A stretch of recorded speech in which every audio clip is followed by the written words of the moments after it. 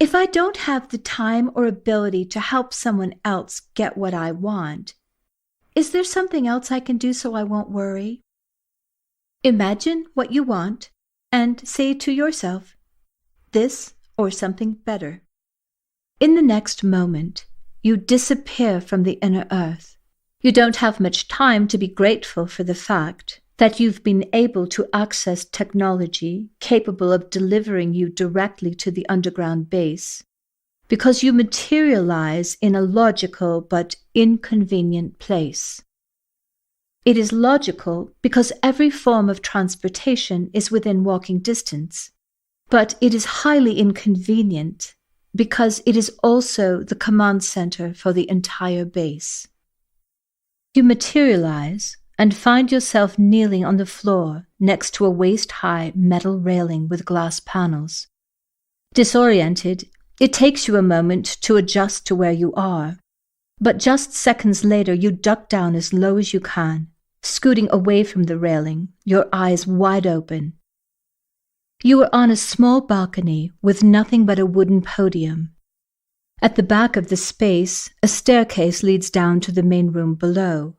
But it doesn't seem that the stairs get much use, or that people come up to the balcony very often. Lying on your stomach, you move slowly back to the railing and look carefully into the large room below. There are men and women in military uniforms milling about, but more than anything, it reminds you of a huge university lecture hall. The space is filled with people in white-collared shirts, sitting at computers facing the front of the room. But instead of a blackboard, there is a massive screen showing the Earth. At first glance, it looks like something you would see on the news, with satellite coverage showing clouds and a bunch of tiny lights where it is obviously nighttime.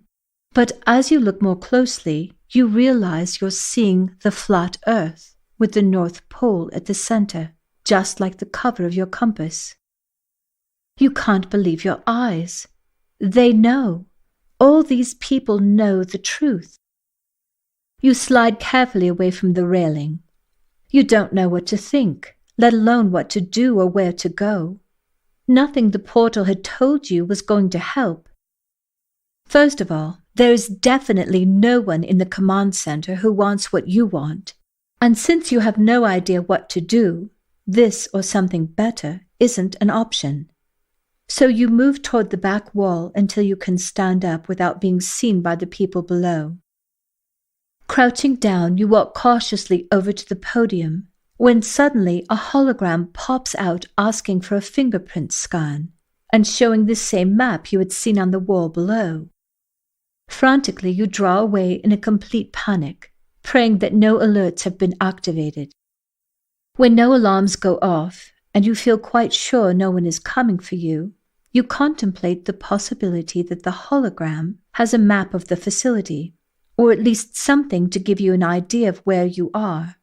But it isn't worth the risk, even in the unlikely event that you could somehow access the map. So you move to the top of the stairway and move carefully and quietly down the metal steps. You have no solid plan, and you're hoping that maybe you can just blend in when you get to the main floor by acting as if you belonged there and had some kind of mission. But in truth, you know that once you get to the bottom of the staircase, there will be no way to get past the swarm of soldiers and officers below. Coming to your senses, you turn to climb back up to the balcony when you notice an unusual patch of light. Looking up, you see a slightly opened, metal-framed window, which is part of a large facade formed of flat glass panels. Climbing up on the railing, you are able to look beyond the window, which seems to have been cracked open for ventilation, into a luxuriously decorated office. In the middle of the room, there is an elegant, dark-polished wood desk and a large brown leather couch and matching armchair atop a somber red and white oriental rug with large green plants in the corner. The room is empty, so without a thought, you push the window fully open, grab the bottom of the window frame, pull yourself up the short distance, and jump into the room. Quickly you close the window, leaving it open just a crack, and then you hurry across the room to the door. But immediately you hear footsteps and loud voices moving quickly in your direction. So you rush to the other side of the room and squeeze yourself between the wall and the sofa. The door opens, and you hear a man's voice as he stands in the doorway giving orders. No, absolutely not. Find out right now what caused the alarm. His voice booms. But sir, says a younger male voice, we checked. The cameras weren't on. Whatever happened, I want to know about it, says the older man as he closes the door. Walking heavily across the room, the man sits down at the desk and starts typing on his computer. You are lying on your back, but the couch is over 6 feet long, so you know the man won't see you unless he's looking for you. You try listening intently as he speaks on the phone, but you're not sure what he's talking about, and in moments your exhaustion catches up with you. Every cell in your body wants to sleep, and suddenly you find yourself drifting through time and space, until you find yourself once again in your Russian home. The day is perfect. The sky is crystal clear, and you are lying on the grass, feeling a faint tingle from the earth below. You are so happy to be home. It feels as if you had never left, as if you had simply woken up from a bad dream and are now relieved and grateful to discover that none of it was real. And then you feel something pressing uncomfortably into your hip. But as you feel around, nothing is on the ground beneath you. Suddenly you realize you aren't dreaming. You are in 2 places at once, and you desperately need to get back into your body before you fall soundly asleep. You imagine yourself back in the office and find yourself hovering above your body as you lay with your eyes closed behind the couch. You don't know how to get back into your body, and you're afraid that if you do, you won't be able to wake up. So you imagine yourself opening your eyes. Your body jolts slightly as adrenaline rushes through your veins, but in the next moment, you are in your body, looking up at the ceiling. You listen carefully to see if your movement has alerted the man at the desk, but nothing happens. Then you realize the pain in your hip is being caused by the compass in your pocket, and you suddenly remember Richard telling you that you could use it telepathically. At the time you doubted your abilities, but now you have no choice, so you think, minus 74.85, 16, minus 102, 0.59, 0, 33, 0. And then, show me where I am and how to safely get to Matthew. Instantly you see yourself in the office, and then you discover that you can see out into the hall. In your mind's eye, you can see the placement of objects and the movement of people who look like tiny lights moving along the corridor. Nothing significant happens for a while, and you are about to unwillingly fall asleep when you hear the man stand up from his desk. Instantly alert, you're able to see a small light, which represents him as he walks out the door. You wait until he turns the corner and goes down another hallway. You then wriggle out from behind the couch and pause at the door until you can see the corridor is clear. Just as you're about to open the door, you hear, or rather feel, the feeling to wait. You see someone walk out of one office and into another, and then in about 10 seconds you are compelled to go. But you aren't totally sure of your feelings, so you hesitate and listen at the door a moment longer, until a voice speaks clearly in your mind. Go now. You quickly slip out into the passageway, quietly close the door, and then walk as inconspicuously as possible down the hall in the direction you are being guided. Miraculously, you can hear, go left, turn right, stand in the doorway, walk, stop, bend down, tie your shoe. You can feel yourself getting closer and closer to Matthew. but it seems as if he is below you. You wait in front of 2 elevators. One door opens and closes, but you wait for the next elevator and then choose the 4th floor without waiting to be guided. The minute you step into the hall and the elevator door closes behind you, you know you've made a mistake.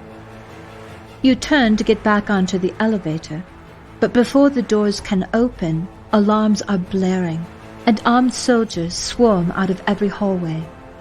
Adrenaline shoots through your body, and your mind begins spinning in blind panic as you realize you can no longer see, hear, or feel what to do next. In moments, you are surrounded by soldiers with their weapons pointed directly at you.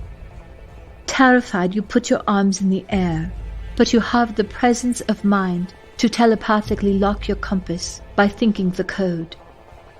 As you suspected, you're searched and the compass is confiscated.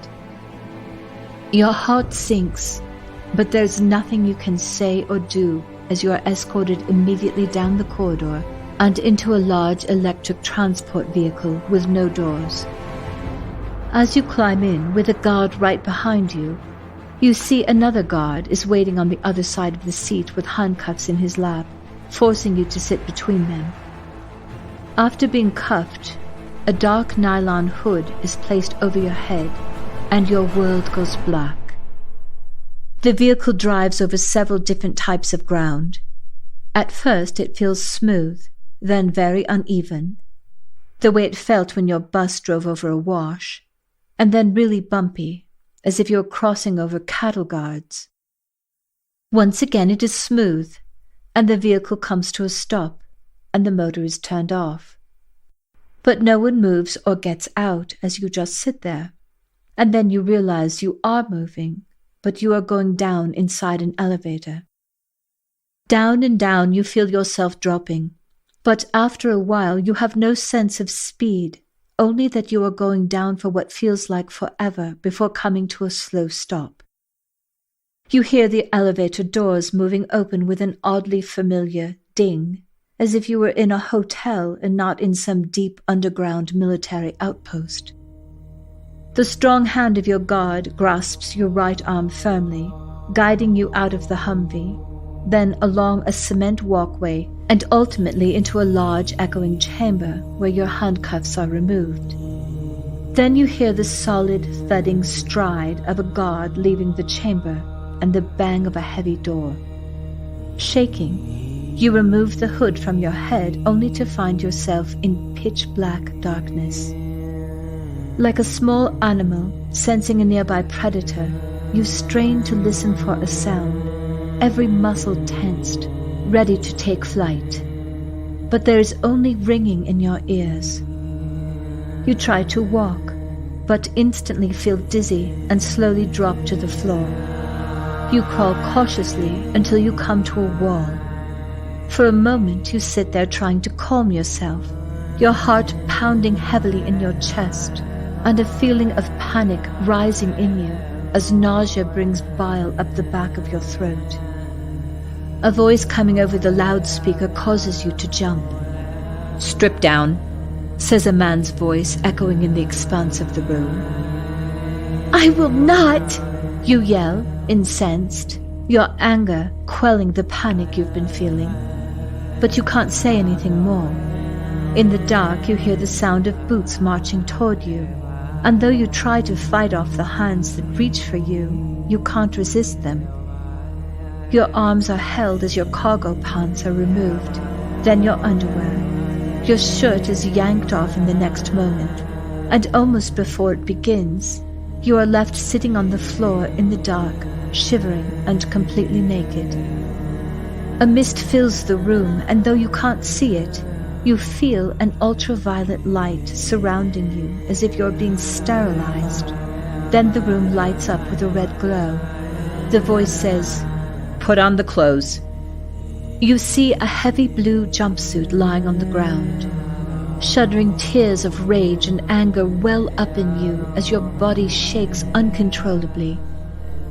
Through sheer force of will, you try to make your body appear calm and defiant, but you feel like a shivering small animal, your body weakened by fear, as if you are nothing more than a puppet dangling from strings with no control over anything, not your body or your emotions.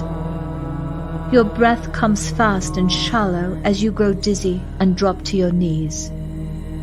With all the determination you have, you force yourself to focus, and with a deep breath, you try to steady yourself as you reach out to grasp the jumpsuit, then stand up and step into it. The suit is a bit too big, and the sleeves are laden with heavy bracelets sewn into the fabric of the suit that immediately tightens to the size of your arms.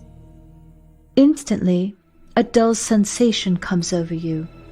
Your brain fumbles to make a connection with your emotions, but you feel nothing.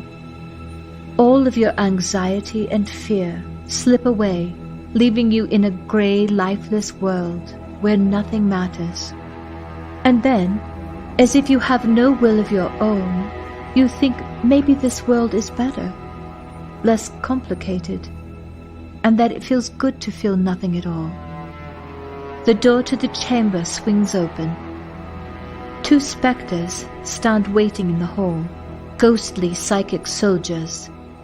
But you aren't afraid of them, you simply know what they are without harboring any feeling about them whatsoever.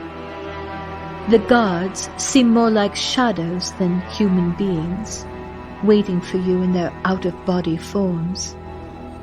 You feel drawn to walk between them, your mind unquestioning and your heart still, as they escort you down a dimly lit corridor of roughly hewn stone. They seem to drift on either side of you, but you don't question what you're seeing or where you're headed. After some time, you come to a massive metal door that opens into an immense subway system. A train is just leaving. It appears as if it is moving through a body with no organs, along a spine surrounded by a perfectly round ribcage, lit sporadically with lights. In a moment, the train shoots like a flash of light down the tracks, one track above and one below, until it is nothing more than a tiny spark in the distance, evaporating into a black hole the size of a pinprick. Like a shaft of light slipping under a doorway, fear grips you and you try to run, but your body is instantly beset with an extraordinary sense of fatigue. At the same time, you have the feeling that your escorts are pleased to see that you have the ability to overcome the suit's suppression of your emotions, even if only for a moment. Droning electromagnetic energy can be heard from the distance, growing louder and louder on your left side, until a single train car appears and slams to a dead stop in front of you, in what seems to be a single moment. Doors silently open, and the 3 of you step into an empty car. In moments, the train is rocketing down the railway, instantly enveloped in darkness, like a terrifying ride in an amusement park.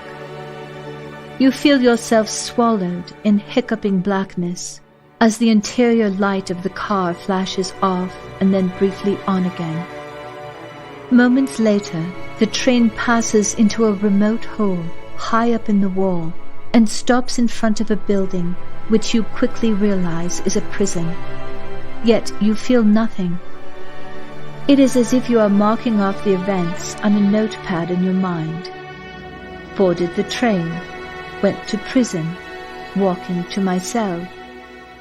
You are locked in your cell, but you feel totally apathetic. Hey, I designed those suits, you know, exclaims an old man's voice from an adjacent cell.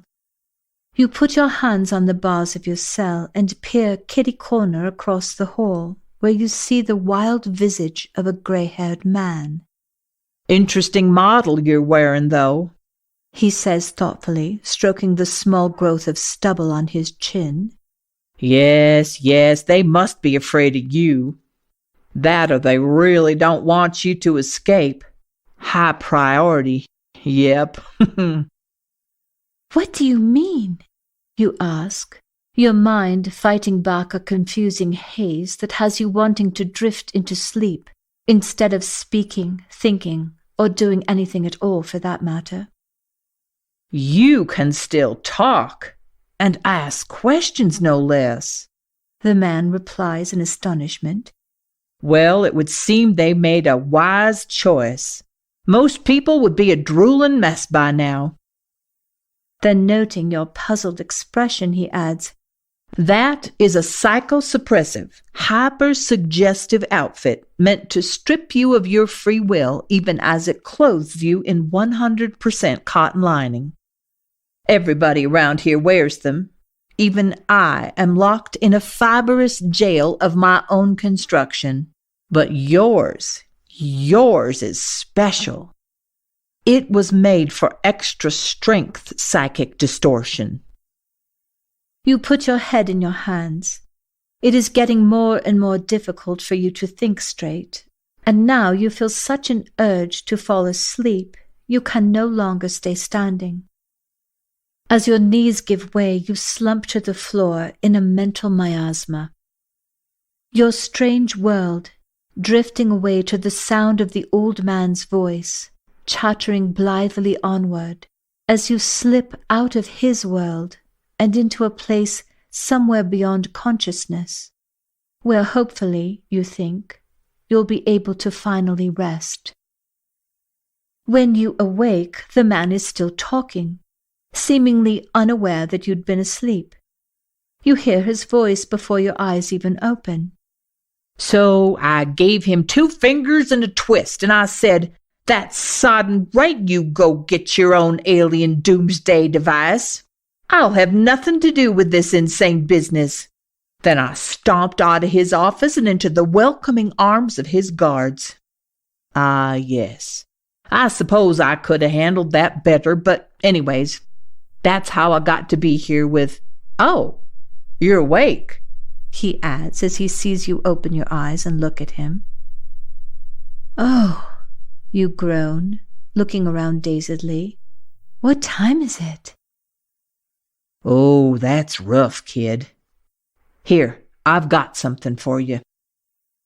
The old man throws you a small package which lands just outside of your cell.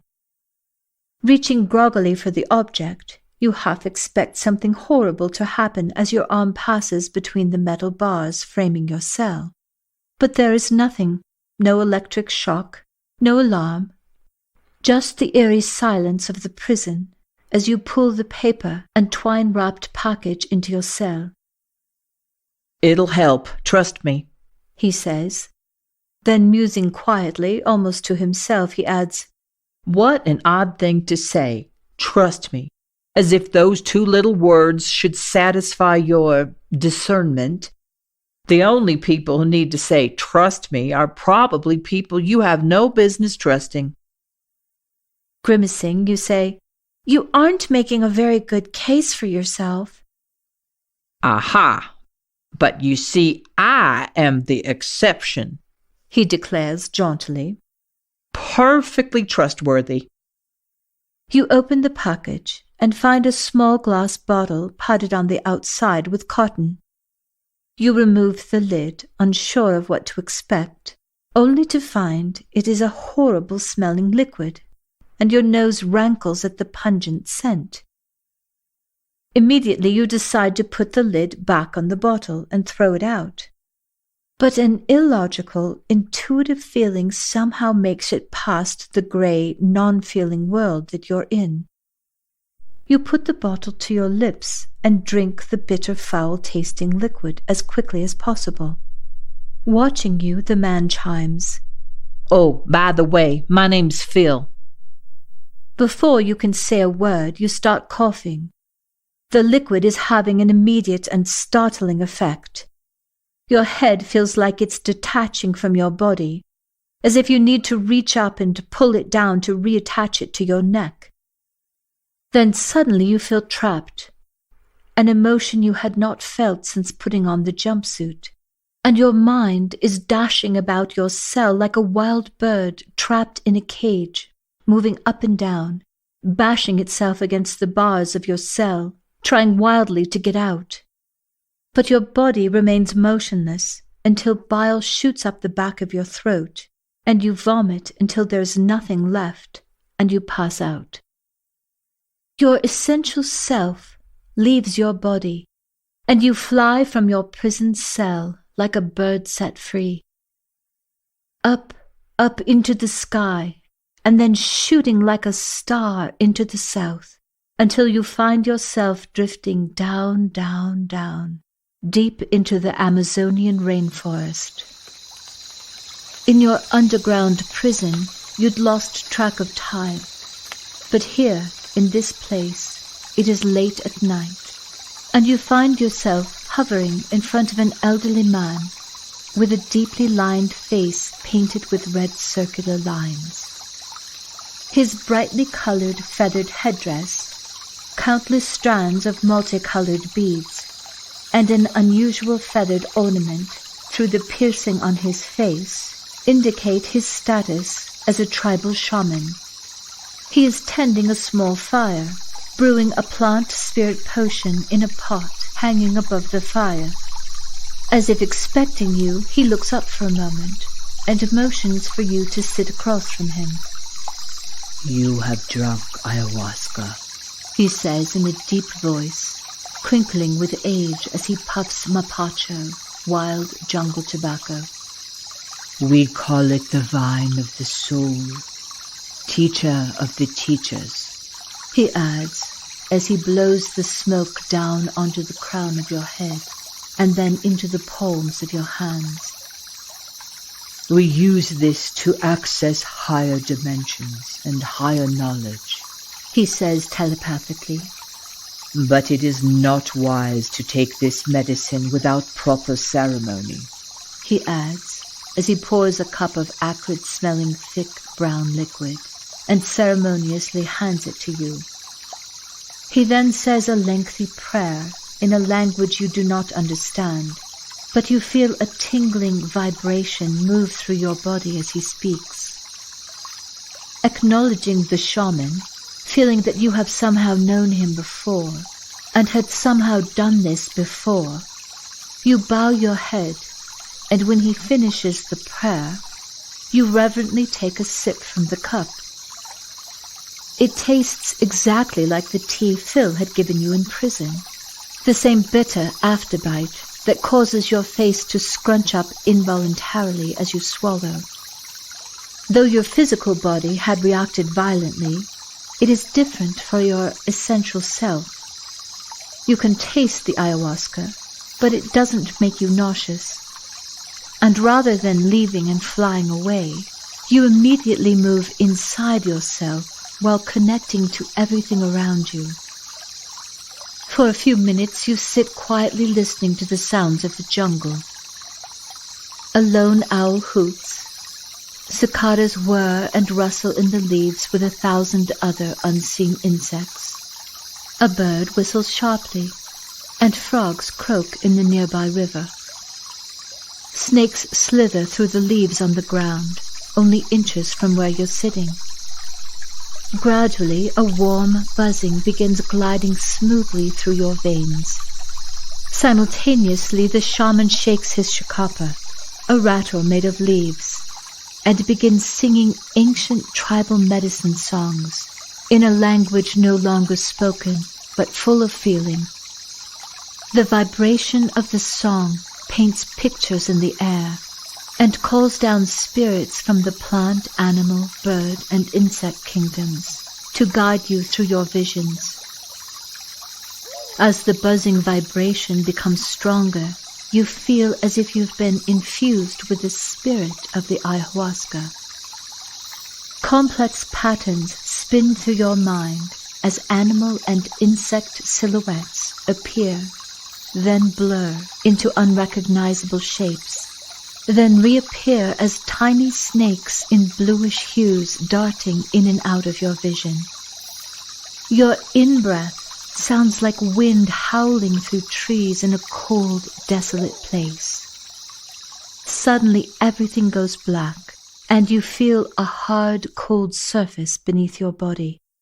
and through closed eyes, you become aware of a strange, flickering light. As your eyes open, torchlight from a golden holder on the wall to your left reveals a shadowy chamber of smooth stone blocks, rising around you in the angular, sloping shape of a pyramid, with a ceiling so high it dissolves into eerie blackness. Immediately, you know 4 things. You are in a different game lifetime. You are a man named Alex, a prisoner inside a massive stone pyramid, and you are dying.